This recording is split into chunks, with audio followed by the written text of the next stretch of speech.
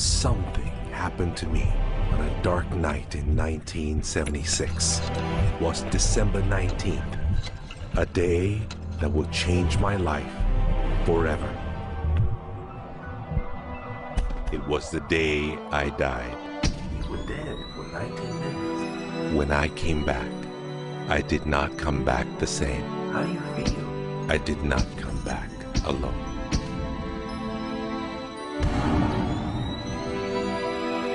What seemed like days passed in 19 minutes. And over the course of the next few years, I began to remember the greatest mysteries revealed to me.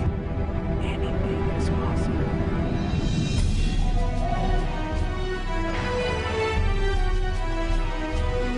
I discovered a secret beyond any secret. The sum of all secrets. My eyes have seen the sun. You have seen nothing. It's out there, and I will find it. You will find nothing. It's like Solomon's gold.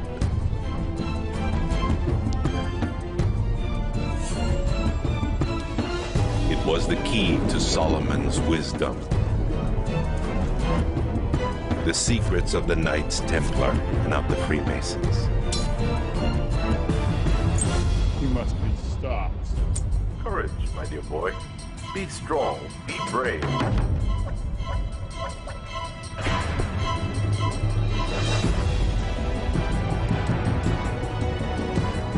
I challenged myself to find out everything I could. I found great teachers who knew this and began to seek them out.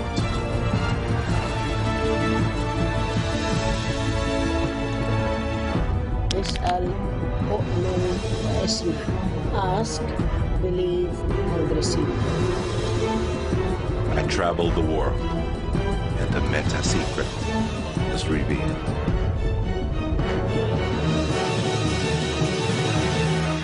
Time has come. I became a messenger to deliver all that was made known to me.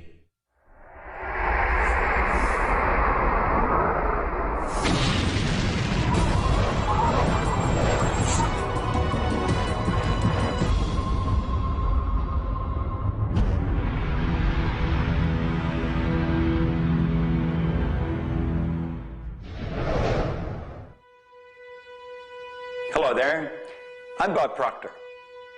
Meta is a nice word. It's a word most people don't understand. We talk about metaphysical, we'll say, oh, that's bad stuff. No, it's just what you can't see with these eyes. You got to see with an inner eye of understanding. Meta is beyond the physical. Do you know that 99% of our population has been programmed to let the outside world control the inside? If you want to get what you want, you let the inside world control the outside. That's what the meta secret's all about. The meta secret to wealth and abundance is doing what you love, following your passion, enjoying your life, being grateful for this moment, realizing that in fact, you already have wealth and abundance. You have wealth and abundance to the level that you allow it in your life. Expand your level of openness, deservingness, and you can have more wealth and abundance right now. How do you become more wealthy? You become more grateful. Studies here in the U.S. show that grateful people earn more money and are better at innovation. So the first step to becoming more wealthy is become more grateful. Find the good in your world right now, and you'll take a first step to become more wealthy. The meta secret to wealth is knowing exactly what you want and then being willing to pay the price to get it. Most people think that wealth just comes out of having this impression in your mind that you're going to live an abundant life. And that's an important piece of it, but it's incomplete. If you look at the word attraction in the law of attraction, the last 6 letters spell action, A-C-T-I-O-N. One of my favorite words is satisfaction. We all want to have satisfaction. And again, in Latin, satis means enough. enough action, satisfaction, enough action produces the result. You know, I've been very, very successful with the Chicken Soup for the Soul books, and everyone thinks, oh man, you were lucky, you had this great idea. And we use the law of attraction. We visualize and we put up posters around our office that simulated bestseller lists with our name #1. We visualize bookstore windows full of Chicken Soup for the Soul books, all of which came true. But there's a asking and a believing and a receiving, the 3 steps that I think of in the law of attraction. And the second part of believing is taking action. Because if you believe that your action is going to pay off, you'll take the action.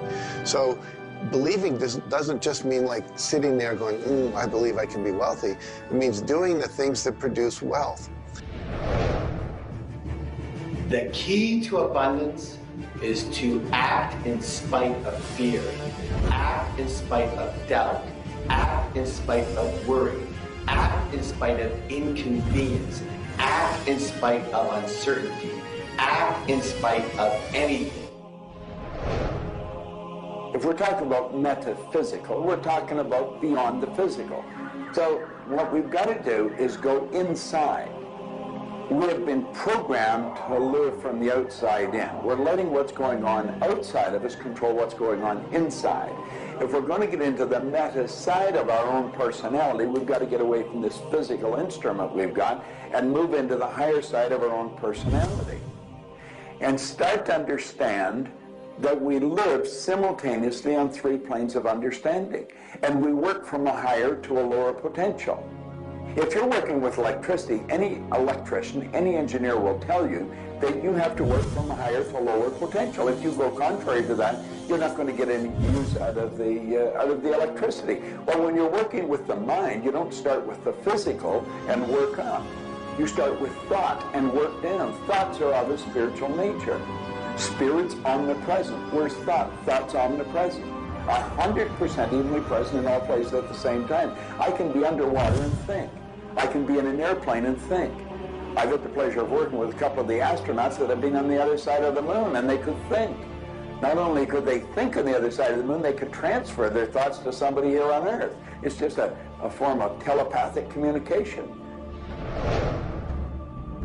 You know, it's been said that if you build it, they will come. I think if you build it, and you build something with true excellence, and you distinguish it in the marketplace, and you come up with a selling proposition, and you are aggressive in your marketing to the world, it's possible that people will come, but it's not inevitable that they will come. And sitting around passively visualizing things is not likely to get the world beating a path to your door. My meta secret about wealth ultimately is you've got to create a lot of value for a lot of people. And if you do that, you will bring a lot of wealth back to you.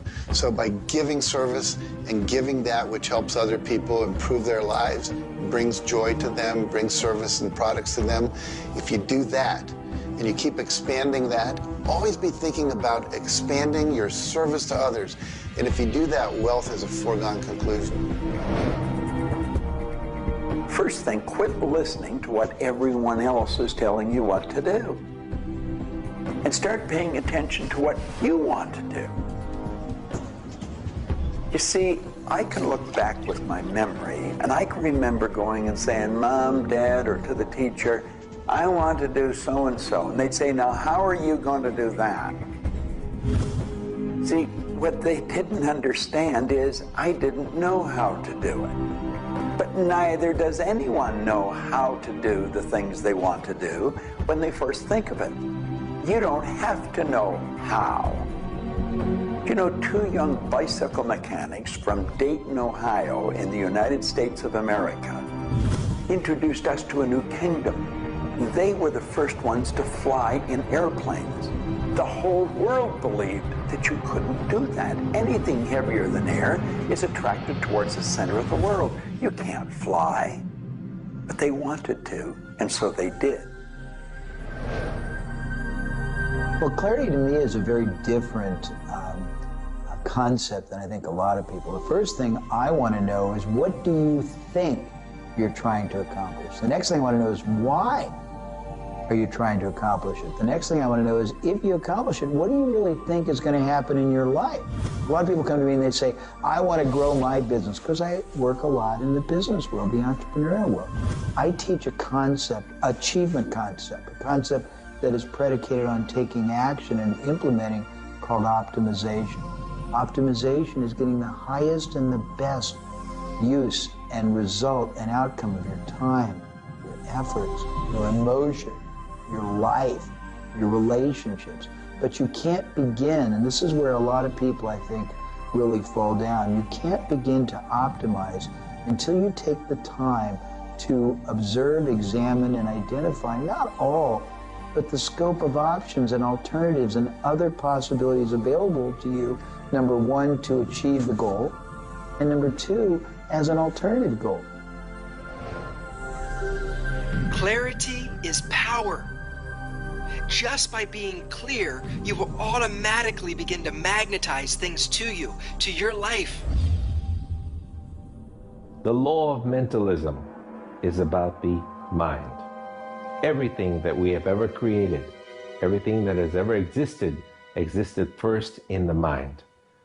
All thoughts are the beginning of all things real. All things that you can touch and feel began in the mind. So if you want to be wealthy, you've got to decide what wealth is to you. Define it. What does it mean? How much money do you have to have? For me, financial independence meant having $30 million producing income, which allows me the lifestyle I want without having to work. And so I've achieved that. But I knew exactly what I wanted because I looked at what it would cost me to live my lifestyle. Most people don't know their net worth. They don't know their income levels of what would be required to produce what they want. They say they want to own a yacht, but they don't know what a yacht costs. They don't know what it costs for the slippage fee. They don't know what it costs to maintain a yacht. So go out and create your ideal lifestyle and then figure out exactly what it would cost to live it, and then set that number as the number you want to achieve. Then believe you can achieve it. Visualize it every single day. Take action when the action comes. Ask for what you want. Reject rejection. Give up any idea of failure. Just persevere until you continue on, until you produce the result you want. The law of attraction's a good starting point for thinking about how to improve your life. You want to align your thoughts and your beliefs with what you want your life to be. But the law of attraction itself, by itself, won't allow you to achieve the abundance that you need. There are certain steps that you need to take, and these steps are all incorporated in what we call the meta-secret. And the meta-secret isn't one solitary method or one solitary system. The meta-secret is a combination of tools, methodologies, and ways to understand the world and ways to understand how we can change the world. Until I started looking at who I was and who I wanted to become, nothing changed. Because every time I would look and I would blame something else or blame somebody else or just look in a different direction that was not inside, I would get more of what I was creating. Because every time I created something, people would react to that. Every time I took an action that was blaming this or blaming that, people would react to that. And you know what? Then I would react to their reactions. And I was creating an environment that was busy. Instead, an environment that supported wealth and abundance. If you look around, there's nothing but the abundance everywhere that you see. You see the trees growing. You see businesses happening. This is wealth, this is prosperity, this is abundance. If it's not happening for you, it's because unconsciously you have beliefs, counter-intentions, negativity that actually blocks it from coming into your life. It's actually working the law of attraction all the time, but it's happening on an unconscious level. The abundance is there, the wealth is there, but if you don't feel it, if you're not expressing it, it's because inside of you, you may feel you don't deserve it. This is part of the unconscious work that has to be done in order for you to feel on a conscious, real, live, earth-level level what's happening with abundance and prosperity. Abundance, wealth is your natural birthright. If you're not feeling it, it's because of your unconscious beliefs. The law of correspondence, simply stated, is as above, so below, as within, so without. The law of correspondence is simply attesting to the fact that we are human creatures, physically present, but we have minds and we have spirits. So we exist in more than just one plane. We might even be multidimensional beings with multidimensional thoughts, and there may be more to you than just meets the eye. If you want to be wealthy on the outside, you first have to become wealthy on the inside. As above, so below. As within, so without. First, you have to become wealthy in your thoughts. Then you become wealthy in your outer expression of that. You have to have a wealthy attitude. You have to have a wealthy, abundant thought form about who you are and what's possible. And when you have that, it will start to manifest outside of you. If a person wants to take a quantum leap rather than incremental steps, they have to begin by understanding that they can do that. There's a marvelous little book. It's called U Square. Now think of what that means. If you square a number, you multiply the number by the number, don't you? Well, when you square, you multiply your potential by your potential. It's astronomical. I mean, you just go off the board. The man that wrote the book, Price Pritchett, he said, when you're looking at a quantum leap, he says it looks ridiculous, utterly. But in retrospect, it looks like a natural thing to happen. It was without effort, it's with ease. And that's what quantum leaps are. What you're really doing is getting rid of limitations in your mind, and you're letting your mind just take off and build a great big idea. And you start before you're ready. You defy what the masses are controlled by. You've got to move into a space all of your own. Understand you're working with an infinite power that's omnipresent. It's with you all the time. It's closer than your breath. And you get in harmony with that and just release all thoughts of limitation and make up your mind you're going to take and just compound your effectiveness. That's essentially what I did. I didn't know what I was doing at the time. I didn't understand quantum leap, but I took my income from $4,000 a year to $175,000 in a year. And then it went over $1 million. And I had no understanding of what happened. Now understand this. I had been raised to believe that if you don't have a good formal education, that you'd never be able to do what I did. If you don't have experience, you can never do what I did. I had 2 months high school and I had a bad work record. But my income went from $4,000 to over $1 million a year. Now you can do that. And the first step is understanding that you can do it. Quit listening to people tell you you can't. And start to see yourself doing something really big. Write it out on a sheet of paper. Begin by saying, I am so happy and grateful now that I have turned my annual income to a monthly income. It's not just about attracting things to you. It's about learning to trust what you're attracted to. You are naturally going to be attracted to certain kinds of people, to certain movies over other movies, to places you want to vacation versus other places, to workshops you want to take or books you want to read versus other books. Trust what you're attracted to. It will take you where you need to go, and it may not always make sense to you. I remember going to a seminar, and there was a woman teaching about how to triple your income in a year. And at that time, I was probably more like a hippie than I am the entrepreneur that I am today. And my wife, who was against making money at the time, thought it was evil when you should be in total service and all this. She said, I can't believe you're going to that workshop where they're going to teach you about how to make all this money. I thought you were more spiritual than that. I said, honey, I don't know why. I'm attracted to that workshop. I'm going to go there. So I sat down, the woman next to me, we started talking. It turns out she was a veterinarian. And it turns out that our cat had feline leukemia at the time. And I started talking to her about that, and she said, well, I'm the world's expert on feline leukemia. And I said, well, I've heard there's no cure for that. She said, no, there actually is a cure, and I can teach it to you. And so she called my veterinarian, told him what to do. My cat lived for many, many more years than the local vet thought it should. But see, I was trusting my attraction to go to that seminar, and it led me in a path that saved my cat's life, which was not where my conscious thinking was, but it was a very important goal to me to keep my cat alive. Those kind of things will start to happen. Most people are uncertain about something. They're uncertain about their next step. Here's your message. Do it. Do it. Whatever you're uncertain about, do it. Take the step. You will learn so much more. You'll get so much further faster by actually getting in the game than doing it, than thinking about it forever.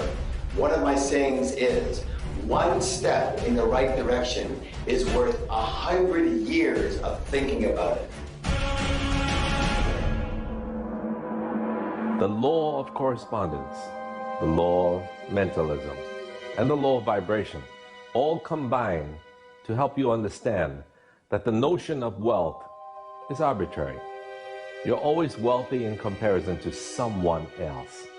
You choose a person to compare yourself with, or your wealth or your level of wealth with, and then you decide at that point to be happy with the situation or to be unhappy, and therefore change it. All of wealth is subjective. Understand this, and you understand that there's an ebb and a flow to your finances. The more comfortable you are with how you interact with the world, with the value you give in the world, with the service or the product that you give the world, then you begin to realize your place in the world. And by realizing this, you participate in the abundance that is all around you at every moment and at every time. It is all yours. From the beginning, it was yours. Until the end, it will always be yours.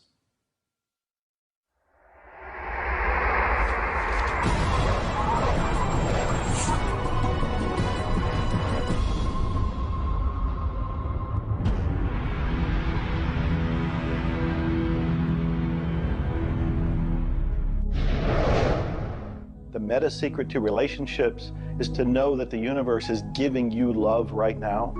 When you give love to the universe, when you give love to another, you will receive love in turn. Love is the essence and nature of relationship. Relationships are a two-way street. It's not just about taking and giving and receiving and getting what you want, but it's also about giving. I like to say that each person should take 100% responsibility for the quality of the relationship. Because if you take 50-50, whenever it's not working, it's going to be their 50%. So if you take 100% and act as if everything in the relationship, you're creating it, and when it isn't exactly what you want it to be, say, how am I creating that? Take that curiosity and use it as a tool. And when you get the answer like, oh, I'm not coming home on time, I'm not listening, I'm not doing this, then you have the opportunity to shift and do the thing that produces relationship. A friend of mine wrote a book called Making Relationships Work. And the idea is there is work in making the relationship work. So be willing to do the work. Give as much as you get. The more you give, the more will come back.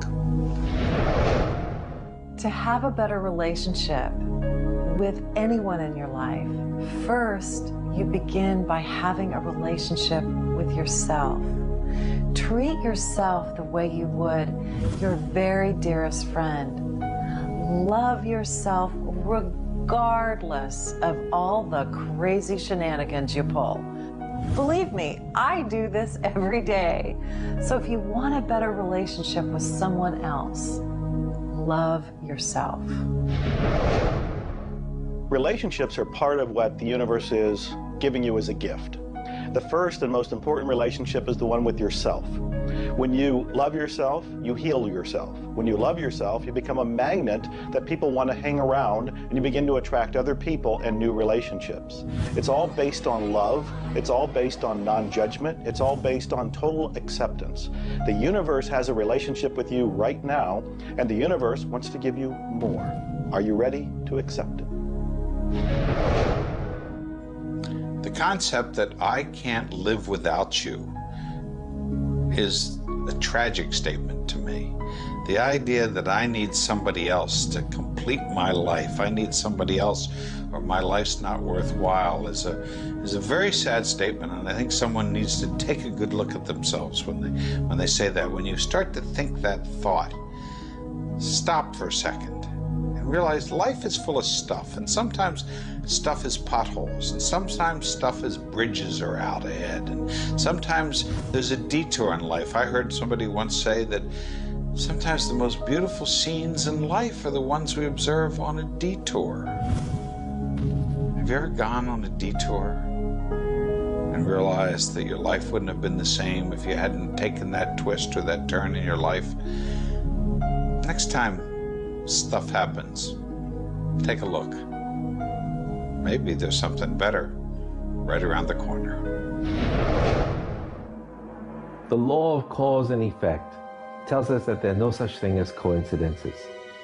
Everything that happens in this world happens because of a reason. Someone, somewhere, created a cause. It may not be something you are aware of. It may not be something we can even begin to realize or see at this level. But at some level, someone, somewhere, or a group of people, or even us, may have created it. And so as a result, we see the effect. We see the effect around us. We see the effect everywhere on this planet.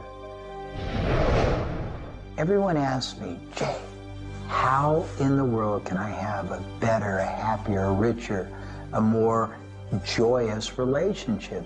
And it's very simple. First thing is you got to slow down enough to be externally focused. It's all about them. The more interested and externally focused you are on the other person, the more extraordinary their experience will be, and the more naturally they'll reciprocate it. The second, and you're watching me, and I've got a serious side, and you know that, but you got to get in touch with your childlike sense of curiosity, of innocence. The third is you got to be in the here and now, and that's so trite and said so often, but being in the here and now means connecting deeply and being aware of what people are saying and looking at them and being responsive to their feedback and their mannerisms. And the last thing, and the easy thing, is to, again, as I said earlier, enjoy the process. We are so busy, so stressed in our life, trying to get from one thing to another, trying to multitask, that the greatest way to have wonderful relationships is to commit. Commit, not just the time, but your being, to being there, to connecting. For me, the meta secret to relationships is to be the person you're looking for. Whatever it is you're out there looking for, be that and give it away. If you're looking for someone who's loving and kind and compassionate and generous, you need to be loving, kind, and compassionate and generous. Whatever it is you want, you've got to be that and express that out into the universe. And whatever you express out is going to come back multiplied. The meta secret of relationships is for you to develop an identity that brings out the best in your partner and helping your partner to be the best that they can in order to bring out the best of who you are. Criticism seems to be a big problem. If you are really secure in yourself and somebody criticizes you, it isn't going to bother you. Now, if you're insecure and somebody criticizes you, it's really going to bother you. You see, 9 out of 10 times, the person that's criticizing you really wants to help you. They just haven't really learned how to communicate effectively. But let's not let somebody else's criticism or their way of helping us shake us. If we're solid in our own self, and we really understand ourselves, then we can handle it and it won't be any problem. If criticism really rattles your chain or rattles your cage or really upsets you, it's not the criticism that upsets you. It's not the other person's opinion that upsets you. It's how you react to it. And you see, if you were really solid within yourself, you would respond to it. You would thank them for it and say, but I really don't choose to do that. Or you'd say, well, thank you, that's probably a good idea, I'll try it. But they're not going to knock you off track. So it goes back to have a good, sound self-image, a good image of yourself. Maxwell Maltz wrote a beautiful book on that way back around 1960 called Psycho-Cybernetics. Psyche-cybernetics. Cybernetic is the communication mechanism in our mind. It's the image that we hold of ourselves. It's like a life-governing device. Well, you've got an image of you just same as I have an image of me. And our image controls how we walk, how we talk, how we dress, how we meet and greet people. And it also controls how we handle criticism when it comes our way. And it will come your way, just same as it comes to me and everybody. We want to be solid in our own belief about who we are and what we are. Let's really get to know ourselves. And then, rather than react, let's respond. It doesn't matter how they approach, whether they're diplomatic and trying to help us or whether they're trying to find fault. It won't really make any difference. We will listen to what they have to say, listen to it, and then we'll either accept it or reject it, but it isn't going to affect the relationship with the other person one bit. There is masculine and feminine in everything. Nothing is entirely masculine, nor is it entirely feminine. We have different aspects of yin and yang, of harshness and softness, different aspects of masculinity and femininity in everything. If you take a look at life and see it all as a combination, see how we are always living in combination, then you begin to realize and to also appreciate the law of gender. Relationships are about communion, taking our life and making it sacred through connection with another human being. So communion and making sacred is what relationship is all about. You know, there's a lot of lonely people around. And if you're lonely, I'm going to let you in on a secret. You're always going to be lonely until you become friends with yourself. If you're looking for company outside of yourself, you're looking in the wrong place. You want to go inside. And when you get to really look at you, you're going to feel so good about you. You're going to love yourself. Now, you see, as a little kid, you were probably taught, don't love yourself, that's conceit. I know I was, and most of the people I know. That's not conceit. That's a healthy, conscious awareness of who we really are. I'm not talking about an ego trip. I'm talking about really becoming acquainted with yourself. You've got to build a good relationship with you, or you're always going to be lonely. When you get angry, look at it as, okay, this is a gift. I need to release something here. And in that process, relationship becomes a school for growth instead of just like it's someone that's going to please me. Look at how can I serve them and how can I learn from them, as opposed to how can I manipulate them to give me all my needs met. If you do that, you're going to end up with a much better relationship. If you're in a relationship where you're not experiencing full love, the way to change it is not by changing the other person. It's by changing yourself. You look within yourself and you start to feel grateful for everything about you. As you change your relationship with yourself, magically, the outside relationship will change as well. You will suddenly see it transformed. You will suddenly see that there's love in that relationship with that other person. But you don't change the other person. You change you. A lot of people spend valuable time in their life focusing on the past. I could probably spoil your week if I reviewed the first 26 years of my life. My life was a mess. And you know, at the end of 26 years, imagine living for 26 years and looking at yourself, you're unhappy, sick, and broke. I had a guy look at me and he told me I was one of the most miserable people he had ever met. And he was right. I was plain miserable. He said, you're always sick. I didn't have a terminal illness or anything, but I was always backache, headache or something, and I was always broke. He said, why don't you change it? Well, as long as I kept focusing on what led me to this point, which was a bad trip, I was going to create more of the same. And he said, let it go. Forgive it. If you're looking for love and not finding it, it's no doubt because of a lack of forgiveness in some area of your life. This is true for all of us. You want to look in your life, look at your past, look at all of your relationships, and ask yourself, where have I not forgiven? Myself, my parents, my siblings, my neighbors, my relatives, my business partners, where have I not forgiven? When you go and forgive, you release the energy that allows the law of attraction to bring new love and new relationships into your life. How do you do this? You look and ask yourself, where have I not forgiven somebody? Somebody's going to come to mind. It could be you. The second thing you do is say, can I forgive them? Can I forgive myself? Whether you say yes or no, you move to the third part of this, and you start to wonder, what made that person act the way they did at that point? What made me act the way I did at that one point? And you start to go deep into understanding the psychology of behavior, and you realize we're all doing the best we can, yourself included.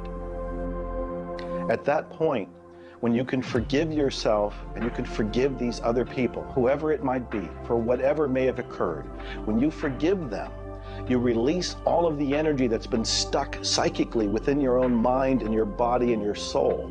And when that releases into the universe now has an open pathway to return to you new love, new relationships, new blessings. It all begins with forgiveness, and you can do that right now. When we talk about love, we're talking about the greatest word in the world.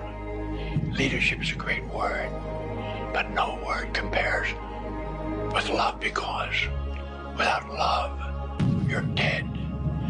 There's life in love. There's forgiveness in love. There's really everything. There's thankfulness in love. Now, the problem is learning where do we start, because we find sometimes in families there's no love. In marriages, there's no love. But we quit looking around and we start learning. It begins with me. And when we start learning, we're not too loving ourselves. And it begins with your learning. To me, you could say you're loving, but unfortunately, you love people you like. Love has to be unconditional, loving those you don't like. Now, in my case, when my wife married me, she said she loved me. I told her I loved her. But as soon as we got married, I would say, I love you. She said, well, why don't you act like it? I say, I do act like it. She says, you have a funny way of showing it. I say, well, I love you enough to die for you. She says, try living a little. And so I discovered, as loving as I was, I didn't fit her definition. The law of gender, the law of vibration, and the law of rhythm. All of these figure in relationships. You see, love is a dynamic. Any relationship is a dynamic. When you are actively relating, that's when it's alive. That's when it's fun. When you sit back and you start to look at the relationship, then it becomes static. It becomes a relationship to be assessed, to be looked at. But when you're relating to your partner or your spouse, amazing things happen. It's dynamic, it's moving, it's alive. And that's what all love is supposed to be, alive, and so much more fun. Changes happen all the time. We change. Human beings change. You change, I change, we all change. But if you can change together in the same direction, amazing miracles take place. Words, feelings, thoughts are all aligned. And all of a sudden, you can take on any problem and it's not an issue. That's what relationships are all about. That's what relating is all about. That's what love is all about.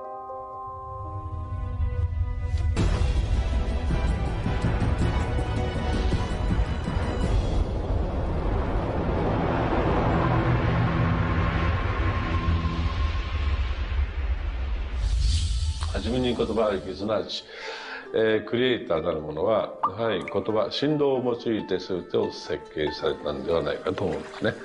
そして、その、振動の、設計図は非常に緻密なもので美しい共鳴振動にあふれたものであったことでありましょ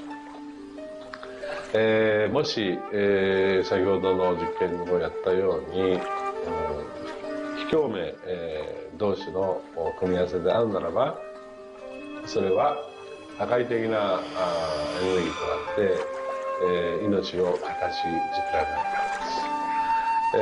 私たちの体は最終的にクリエイターの、いろいろな、試行錯誤によってだんだんこう単純なものから、微生物だとか海の中のものだとかそういうものから、小動物始まって複雑なものになっていって、最後の芸術作品として、クリエイターなものが作られた結果、私たちはあるというふうに思うんですね。その本来の設計というものが、バランスの取れた振動の組み合わせというものが、何らかの要因によって崩れていくときに私たちはストレスを持ち病気になっていくんだというふうに考えています。As you've already seen from Dr. Masaru Emoto, water makes up 85% of our body, and the thoughts we think actually create a vibration in the water that has memory. And so you have to think positive thoughts. Again, we go back to forgiveness and letting go, thinking positive thoughts, expecting to be healthy, not listening to what people tell you, not taking in beliefs. I have been out in the sun my whole life. I've never gotten skin cancer, don't intend to get skin cancer, and when stuff comes on about it, I choose not to listen to it because I know that belief would affect me. So I believe that I am a person that my spiritual connection keeps me healthy. Also, though, I work on the level of the physiology of the body, the biochemistry. It makes sense to play at that level. I eat organic food. I drink healthy water that's not contaminated with chlorine and all the stuff they put in it, so I filter my water. I eat the right kinds of nutrients for my body. I've found out what I'm allergic to, and I've basically eliminated those from my diet. I exercise. So exercise and keeping my body toned. We want to have resistance exercise. We want endurance, which means we need to jog and do aerobics and things like that. And we need to have flexibility, things like yoga and Pilates. So we need a complete system to keep our body healthy. And then a detoxification, I think, is the part that most people don't do enough with. We are taking in so many toxins in the air we breathe.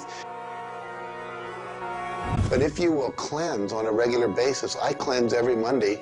I just do a cleansing diet where I just drink liquids and then I don't eat anything else, and my liver has a chance to get rid of all the toxins that are in my body.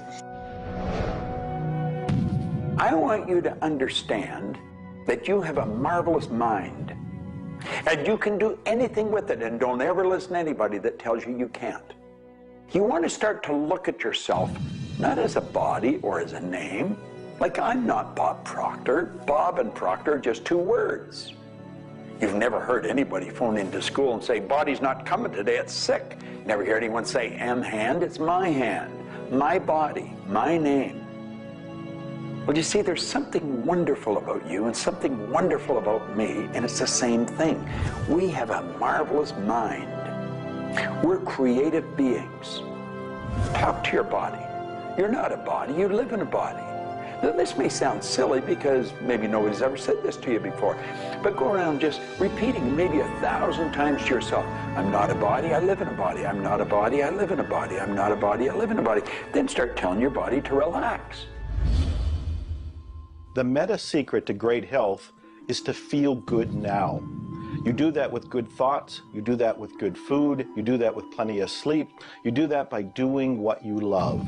That's the meta secret to great health. The meta secret to health is to honor your body. Listen to your body. Are you tired? Are you hungry? Are you thirsty? Do you need time to play? Have greater health.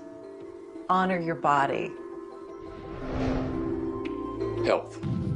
Not just physical health, not just eating the right things and getting exercise, but let's talk about emotional health. This means doing what you love, loving what you do, looking forward each day, researching, helping other people, giving back. This is the meta secret to emotional health. To me, recognizing the divine component in us has a twofold effect. On the one hand, it's incredibly humbling, because how many of us really live up to being godly?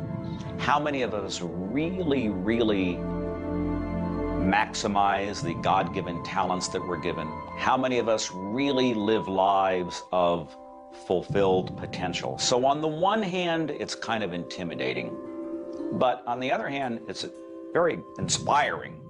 It's inspiring to think, I, as a human being, am capable of being godly. I'm not God. I'm not going to confuse myself with God, but I am capable of being godly. I am capable of a goodness which can resound around the world. I am capable, like God, of using language to bring things into existence. An architectural drawing is the languaging of a building into existence. A marriage contract is the languaging of a relationship into existence. Any sort of contract does that. A novel creates a world that may be more real to us than the so-called real world that we are living in. And being godly is both an obligation, which frankly I feel I fall vastly short of, but also an incredibly inspiring opportunity. And the ancient traditions, not only the one that I come from, but really all of them, teach us this. The law of rhythm is the very fabric of life itself. Rhythm is everywhere. Things are born and things die. We move into a season and we move out of a season. We go within and we go without. We change. Rhythms flow in our emotions as well. You cannot always be feeling happy. Sometimes you'll feel sad, you'll feel down, and then you'll come out of it. Whatever goes up must come down. You've heard the language. Rhythm is exactly that. And the minute you begin to realize that all of life is all about the law of rhythm, then you can flow easily in bad times and then have more fun in happy times. When you start to expect rhythms, know that if you're happy in one direction, you can also be unhappy in the other direction. The law of rhythm surrounds us, works with us, and if you master it, there's nothing you can't do. The meta secret to health and having amazing energy is the ability to look at your world from a perspective that, hey, things aren't always going to go your way, but you know what? As long as you always do your best, as long as you are focused on what you achieve and what you're trying to accomplish, then it's all going to work out. I think one of the most important keys is to recognize in life just about all the limitations that we have are self-imposed. To realize that is the greatest breakout, the greatest. I talk about staging jailbreaks in your life, breaking out of the mental prisons, getting over the walls of the self-imposed impossibilities in life. And it is remarkable what happens when you realize, take a look at what really is holding you back. And very often, almost all the time, it's you. It's you. The power lies within you. See, humor is good. It really is. I don't really understand what it does to you, but I know it does something to your brain. Norman Cousins, who's gone now, but lived a long and very, very effective life. And he had been diagnosed with a disease, and it was killing him. He was literally dying. And one day he got thinking to himself, if sadness and sickness are hooked together, then happiness and health must be hooked together. And so he had people bring in old movie films of Laurel and Hardy and all kinds of different old actors, funny stories. And he started to play them. They made him move out of the hospital. So he rented a suite of rooms in a hotel. And he had these movies playing all the time. And he was laughing, a real belly laugh. And he got better. Now, I think you know when you're laughing, you're feeling good. Start to laugh at yourself. When you make a mistake, laugh at yourself. Don't get serious with yourself. It plays a very, very important role in a healthy, relaxed life. If you want to study it further, get into some of Norman Cousins' material, and he'll explain exactly what it does to the brain that controls the vibration of the body. Start laughing a little more. Have fun. The mind can't be all it is designed to be without the body being everything it was designed to be. But we basically thwart both. Or you can have a great relationship. You can have a great financial situation. You can have a great family relationship. And the big problem in our society, certainly in Western society, people don't exercise, 92% of the people don't exercise, they don't eat nutritious things, they don't complement to compensate. It's very simple. And if you break it down to the little steps like eating an elephant, you'll have the most rich, satisfying, fulfilling, gratifying, liberating life, but you got to balance it. Health is all up here. All I know is right now, I don't have a voice, I don't have good sight, I don't have a hearing. My strength is gone. However, I have never been more excited and thankful in my whole life. The law of vibration simply states that everything is in motion. Nothing stays static. At some level, even though something may appear as if it's not moving, its molecules are moving, its atoms are moving. Everything vibrates. Not just your thoughts, everything. Now, I do understand that disease cannot stay in a healthy vibration. It just cannot. I also understand you cannot turn disease into health, but you can release disease and recreate health. You see, your body is changing at the rate of millions of cells every second. And it's the thought patterns that you hold in your mind that control the vibratory rate of the body. Your brain is an electronic switching station.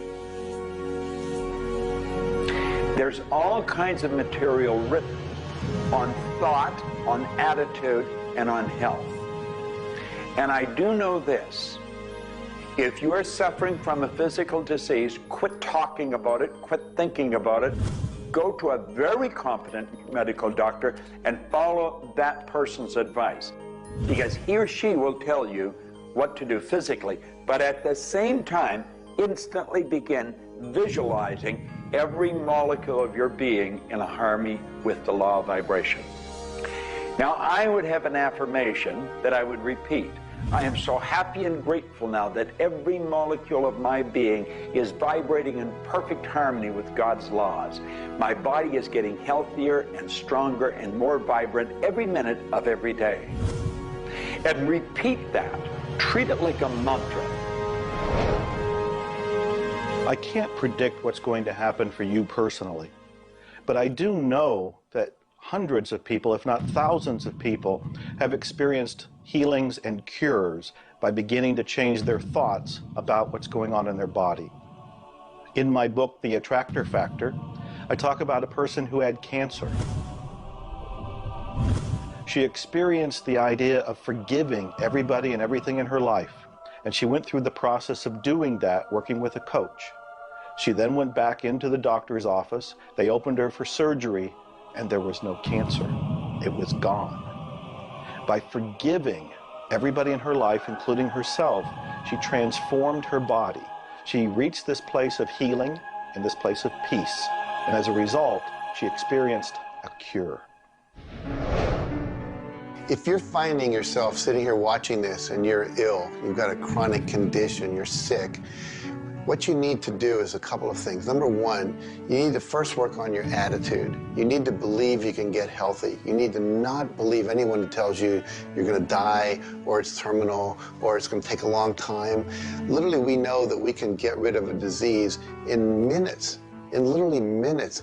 I had a cold once, and a person literally did an exercise with me. My nose dried up, my fever went away, the achiness went away in 5 minutes. So we know the power of the mind. We know that you have to forgive and release. So much work now being done on cancer where we know there's resentment, and different forms of resentment will come into different forms of cancer in the body. So it's critical to get yourself aligned with spirit. When you are aligned with spirit through meditation, through doing the things that bring you joy, through doing the things that align you, and you know what that is for you. It could be singing, it could be walking in nature, it could be petting your cat. When you move into that state, healing naturally takes place through you. There's this innate, natural healing ability that's always working to heal you if you get you out of the way. By you, I mean your ego mind, your beliefs, your fears, your doubts, all of that stuff, all of the resentments you've held that you haven't released, that will keep you sick. So you've got to do some kind of work to get into a spiritual alignment and to release the negativity. Emotional pain is very real. It's like sorrow. Grief. Like grief comes in waves. It just sort of overcomes you and then it sort of fades away. You could have experienced some traumatic situation, anything from rape to the loss of a loved one or being held up, where somebody invaded your privacy in some way or another. And it causes deep emotional pain. What we want to realize is that we are bringing that on ourselves. You say, well, wait a minute, you're not bringing it on yourself. No, but you're reliving the situation. We've got to separate ourselves from the incident, from the situation. We've got to realize that it's a very real part of life and attempt to separate ourselves from it and deal with it as best we can and then let it go. Otherwise, we're going to carry it with us, and we're going to keep experiencing it over and over and over again. どうやってわかるか。振動という、まずそもそもその水の結晶とは何かということになりますけどね。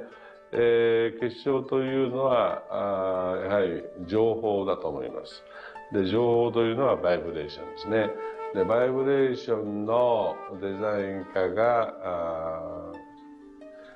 雪の結晶あるいは水の氷結結晶という形になって現れてきていると思いますが、やはり我々がなんで美しいとか醜いだとかそういうような認識能力があるのか、あるいはそれだけには全人類本当に、一緒の価値観を僕は持っていると思いますが、それはもうやはりクリエイターがそのように設計されて、いるからだと思うんですね。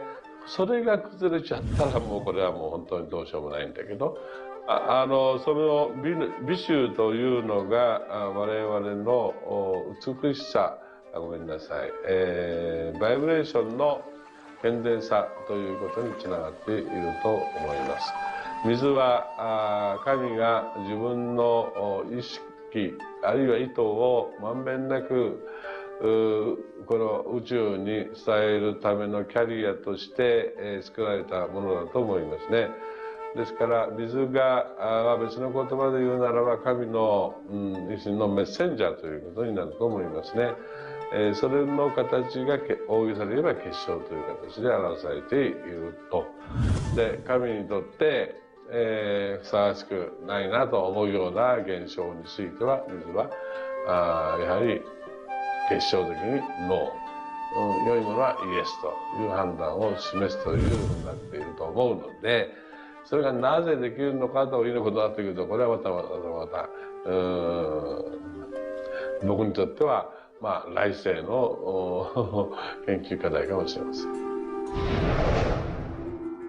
Stress is caused, in my opinion, when we take our power and give it to the problem. We want to maintain the power. I'm in control of me. The power is going to stay with me. I am not going to let the condition, the circumstance, or the challenge that I may be facing control me. You can make a decision right now that you are going to maintain your power and you're going to let everything outside stay outside, and you know that when you're in a totally relaxed state, the solution to problems come. Quit getting involved in these sophisticated stress management deals. Release the stress. Let it go. You're in charge of your body. Just say peace, be still. Visualize a beautiful lavender energy flowing right into the crown of your head and circulating right through your body. And then start to imagine every molecule of your body vibrating in perfect harmony with God's laws. You're totally relaxed. You're in charge of yourself. There is no stress where there's relaxation. Be calm, peace, be still. Don't even use that word anymore. Get rid of it. Release it. The laws of cause and effect, of rhythm and polarity, come into play when we talk about your health. Your body is an amazing symphony. Amazing miracles taking place on every part of your body. And what holds it together are fields of force that we cannot even begin to understand. Every day, your cells are renewing until you have new organs generated all the time. And your body and your cells are repairing themselves even as they remove toxins from your body. I can't help to wonder sometimes if you gave that entire symphony a wonderful environment filled with fields of happiness and radiant joy and vitality, how that growing, renewing process might work a little bit better, sort of like happy children in a playground.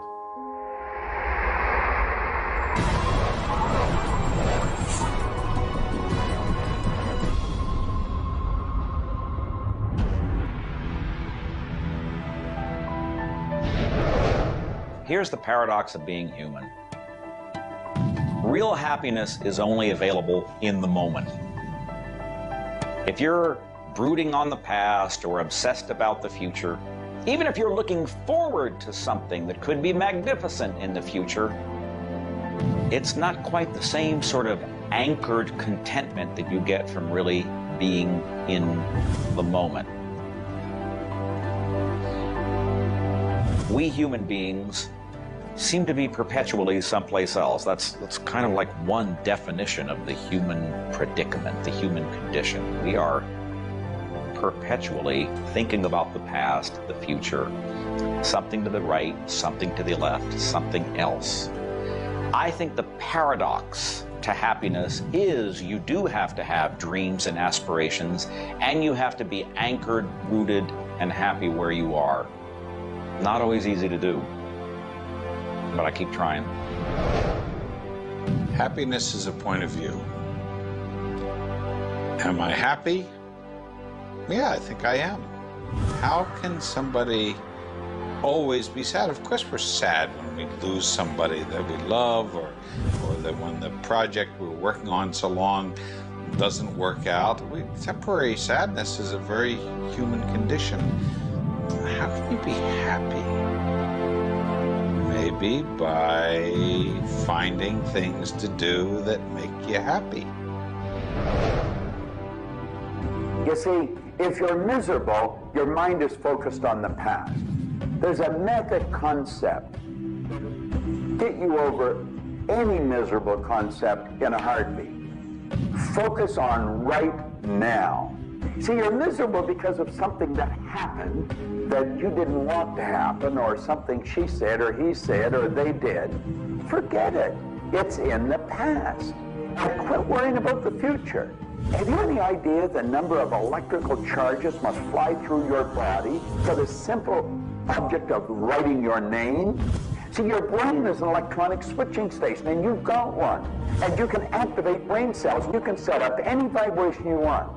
If it's a negative vibration, you're going to be unhappy. If it's a positive one, you're going to be happy. Every brain cell is a positive and a negative pole. Everything that you look at is going to be impregnated into cells in your brain. Now, you're either going to look at the positive or the negative side of it. What side do you want to live in? I choose to look at the good side of a situation. Put yourself in a good vibration. Think of the blood in your body. Do you know it circulates through hundreds of miles of passageway every 33 seconds? It carries all the food in and all the garbage out.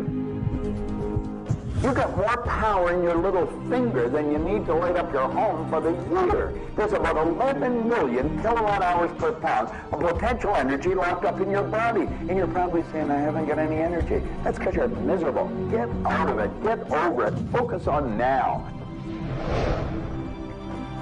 One of the most important things you need to do in your life is discover your life purpose.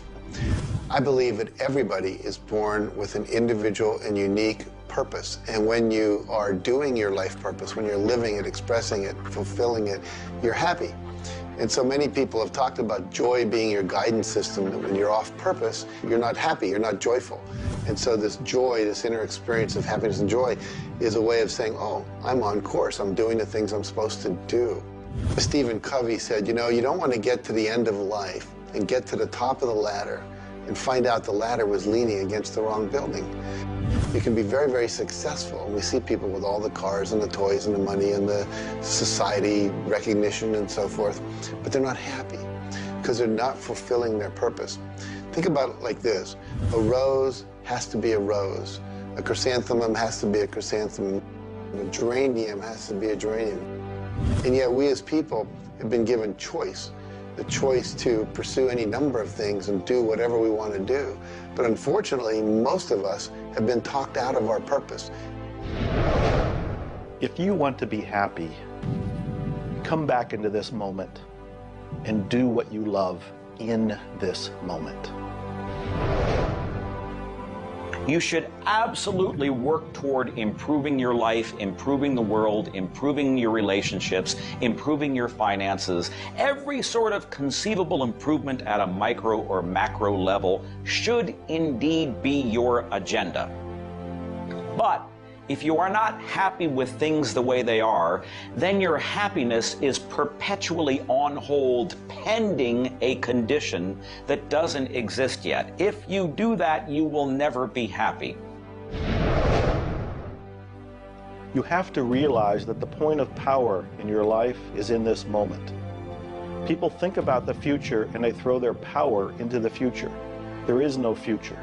When it gets here, it's called now. It's called this moment. People think about the past and they throw their power into the past. But there is no past. It's gone. When you think about the past, you think about it in this moment. This moment is all there is. And you can be happy in this moment. When you are, everything is taken care of. All is well. Happiness and achieving happiness is a process. It's not something you achieve right now and you're done and you have your happiness. It's something that you're constantly attaining and re-attaining through life. And the way to do that is to really understand what brings contentment in your life and to achieve that. And one of the key things to remember in terms of happiness is that part of this process is sharing happiness with other people. The more we share happiness and the more we teach other people how to bring happiness and fulfillment in their life, the more we'll be happy and fulfilled. So continue with your journey of greater fulfillment, and you'll have more happiness in your life. The law of polarity is about dualism. Everything exists in relation to something else. There is no person that's entirely good. There is no person that's entirely bad. There is no entirely hot or entirely cold. It's always hot in relation to something else that's colder. It's always colder in relation to something else that is hotter. We move in directions as opposed to moving in a static field. We always move from one place to another, from one thing that's more pleasant to something that's less pleasant, or something that's unpleasant to something that's more pleasant. There is a movement, and this movement exists because of polarity. Happiness is what you want, and happiness you can have right now. Why aren't you feeling happy? Why isn't anybody feeling happy? Because psychologically they use unhappiness as a motivator. They think by being unhappy, angry, desperate, frustrated, whatever the feeling might be that's not happiness, that it will whip them forward. It'll make them take action. And it's something that actually shoots themselves in the foot. Because when you are happy now, which is available to you right now, you know what your choices are. You can see what your decisions are to be, and you can more clearly decide on what to do next. It comes into really understanding something about ourselves. We should start at a very early age, and we should ask ourselves, who am I? You know, what really makes me tick? And get to know ourselves. We're in a hurry to get a car or build a business or buy a house. We should introduce ourselves to ourselves. School hasn't done it. Our parents aren't doing it. You go to work for somebody, they're not going to do it. So if you don't do it for yourself, you're not going to do it. This deals between you and yourself. Pogo said, we have seen the enemy, they are us. Whatever has happened in your life, whatever's going on for you, if it's not the way you want it, any situation, consider the fact that everything happens for a reason, and that reason is there to serve you. How can you reframe this? How can you relook at this in such a way that helps you, that supports you, that puts you on the path to success and positivity again? It doesn't help you to be negative. It doesn't help you to wallow. All that can do is bring you down. It's time to change your mind. It's time to reframe, relook at it, have a new perspective, a new view, and put this in the light of this was there to serve you. There's no accidents in the universe. This happened for a reason, and that reason is there to help you. We grow up with the idea rich people aren't happy. Well, I know rich people that are laughing. They're very happy. And of course, I know people that are very wealthy and are very unhappy. I remember old Nightingale one time saying, since it doesn't make any difference whether you're rich or not, if you're happy or not, you might as well be wealthy. And then if you're miserable, you can at least be miserable in comfort. We've got to understand that all the money in the world is available to us, but we have to earn it. Now, that does not mean we should work. This is where the meta secret really comes into play. Working happens to be the very worst way to earn money. We should work for satisfaction. People should go to work at what they love doing. When we think of work, what we're really talking about is how we spend our days. Work has probably a bad energy attached to it. We should spend our days doing what we absolutely love to do. When it comes to the fear of failure, you look at your life and you ask, if I pursue my dream, my passion, my love, and it doesn't work out, will I still be okay? Can I still love myself? Will life still go on? When you realize that the answer is yes, you remove the fear of failure. When you remove the fear of failure, you have energy to go forward and actually make it a success. Well, what about the fear of success? When you are successful, you can make a difference in the world. If you really want the world to be a happy, prosperous place, Contribute a happy, prosperous person to it. You. The meta secret to happiness is that there is perfection in imperfection. That when we accept our environment for what it is and the people around us for who they are, we can make a big difference. Happiness. What makes you happy? Everyone is not the same. For me, it's research. I love researching and writing and putting multimedia programs together. And this allows me to do something else that I love, traveling the world. I travel more than 6,000 miles, that's 9,000 kilometers, every week. I've been to more than 52 countries. I board an airplane every 2.5 days. I've been around the world more than 16 times in just a couple of years. I enjoy that.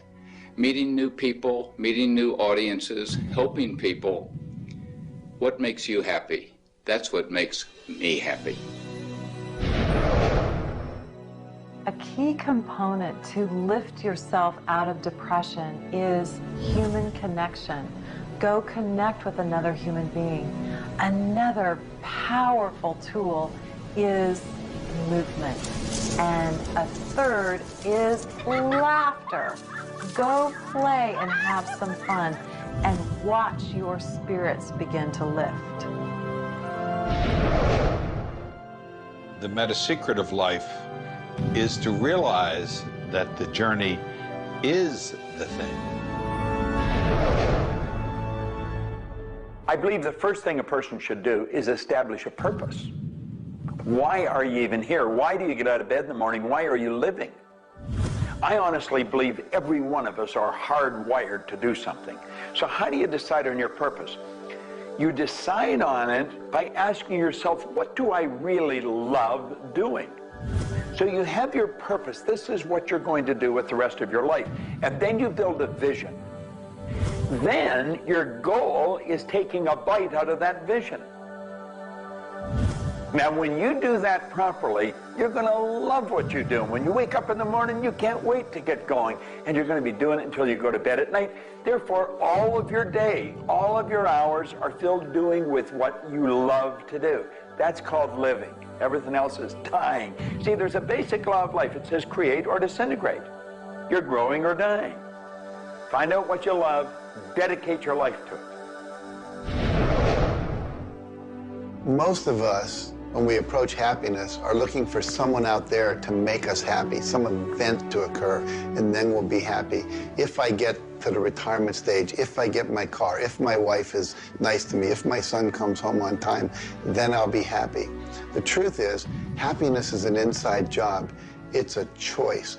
When I have an expectation on how someone else should be, I've given my power over to them. What I want to do is simply learn how to create joy and happiness inside myself. And we can do that in numerous ways, by doing the things we love, by focusing on the good qualities in ourselves, by choosing to focus on the good qualities in others instead of being judgmental. Once we realize that happiness is an inside job, and I get to be as happy as I choose to be, not as happy as other people make me, the reality is I can move into a state of pretty much constant joy and bliss. Stuff happens. Life happens. And then you get to choose. Look, you have a mission to do. You have to find meaning in your life, and you have to share it with others. There's a whole world out there that is suffering, that is in survival. They are grieving and they are hurting. You and I can make a difference. You begin right now by looking at your life, no matter what's going on in your life right now, and you find the good in it, the positive in it, the growth-oriented reasons for whatever it happens to be. You find the good in it, and whatever is happening, you turn it into something positive. You turn it into something good, and you go and share it with the world. You will become an inspiration to others. People model other people's behavior, and that's how the world changes.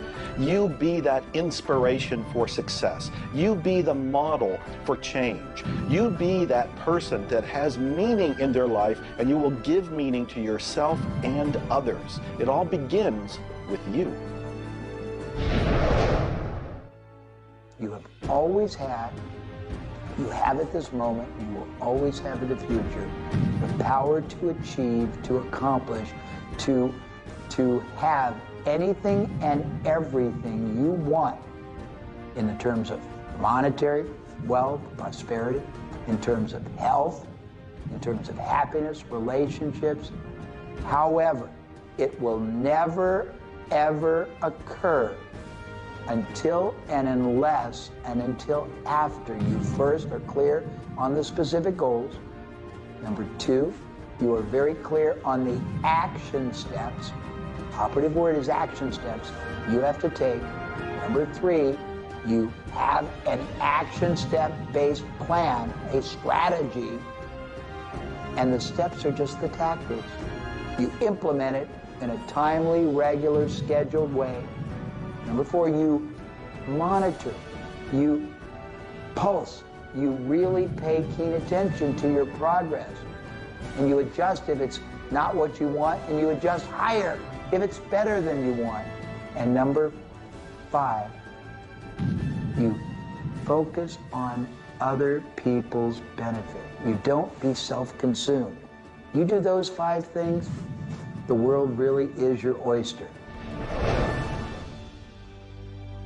You know, you find people that are quite comfortable with what's termed uncertainty. The truth is there isn't any uncertainty. There's only the law. And the law decrees that everything happens the way it's supposed to happen. If we build the image in our mind of what we want, and we're true to that image, that'll control the vibration we're in, that controls what we do, and it controls what we attract. Now, the problem is, we let that image get out of the way every now and then, and we're controlled by something outside. And that takes us off track. We've got to correct it and come back on track. But a person that has direction in their life, there's no uncertainty. There's only good stuff coming. It's stuff that's going to cause the image in our mind to move into form. And so we wake up every day wondering what part of it's going to show up today and where's it coming from and who's going to deliver it. Every day holds something really good for us. Alfred Adler, the great psychologist, said, "I am grateful to the idea that has used me." I love that. Get a big idea and understand that you're going to see it move into form, and that's just as certain as the night following the day, because that's governed by law too. The laws of correspondence, of vibration, polarity, and rhythm come into play when you talk about the meaning of life and happiness. We make our happiness dependent on what other people can do for us instead of what we can do for ourselves. You know, there's a concept they don't teach you in school. It's called enough. Sometimes what is enough for one person may not be that way for somebody else, and we want more. And when you want more, you're setting yourself up for disappointment, because not always will you get more. Sometimes you do, but it's not all the time. I don't know who told us on this planet that everything is going to go our way. Sometimes things will go your way, sometimes they won't. We've got to learn to accept this. That's the rhythm and the flow of life. All of life is filled with possibilities. And when you see possibilities, well, it allows you to accept failures as not final. Failures are learning lessons. The American Indians, the Hopi Indians in the Southwest, well, they have a belief. Every day they wake up and pray to the Great Spirit, and they say, "Oh, Great Spirit, allow us today, this day, to make 20 mistakes." You see, they believe that by making mistakes, by failing, you actually learn more. You add to this wonderful fountain of wisdom that is called you over a period of time. And if you don't fail, they say, you don't learn anything. So how many times have you failed? I know I have failed a lot. But over the course of the years, I also knew something that was different. And that was that I was responsible for my own happiness. I knew that there was laughter everywhere, but I also knew that if I wanted to participate, that laughter has to come from inside, not from outside. And that's the nature of spirit, and that's the nature of who you are, and that's the meta secret to everything possible. This is our home. We have nowhere else to go. Earth gives us everything we need to celebrate life. Everything you do will either hurt or heal our planet.